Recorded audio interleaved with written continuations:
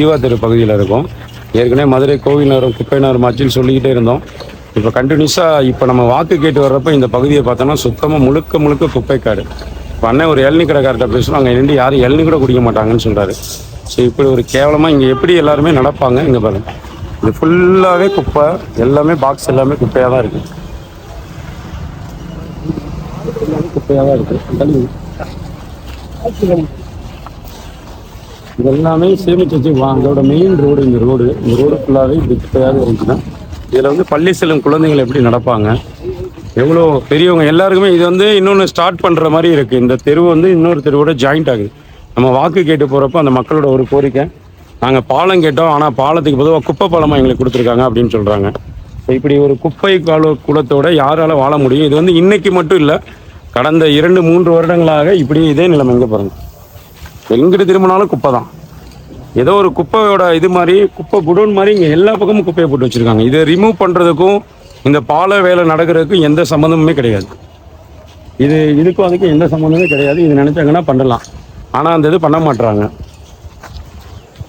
இங்கே ஃபுல்லாகவே இந்த பால வேலை நடக்குது. அந்த பால வேலைக்கு இந்த குப்பைக்கும் எந்த சம்மந்தமே கிடையாது. ஆனால் 2 பக்கமும் ஒரே குப்பையாக தான் இருக்குது.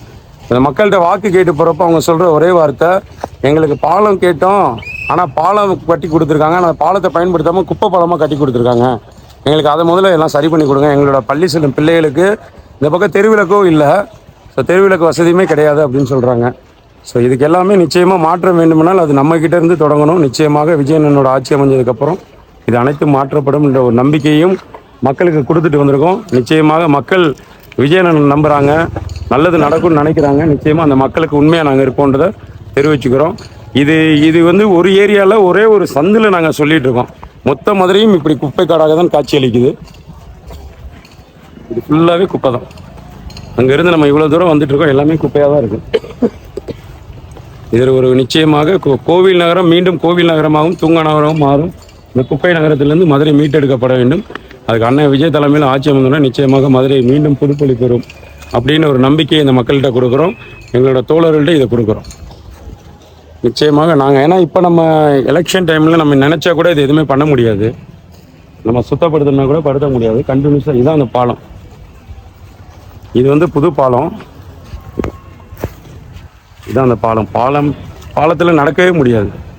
ஃபுல்லாகவே குப்பையாக தான் இருக்குது. இல்லை ஃபுல்லாகவே நான் இவ்வளோ தூரம் நடந்து வந்திருக்கேன், எல்லாமே ஒரு 500 மீட்டர் 1 மீட்டருக்கு ஃபுல்லாகவே குப்பையாக தான் இருக்குது. இது எல்லாமே நாங்கள் வாக்கு கேட்டு வந்த இடத்துல நடக்கிற விஷயங்கள்.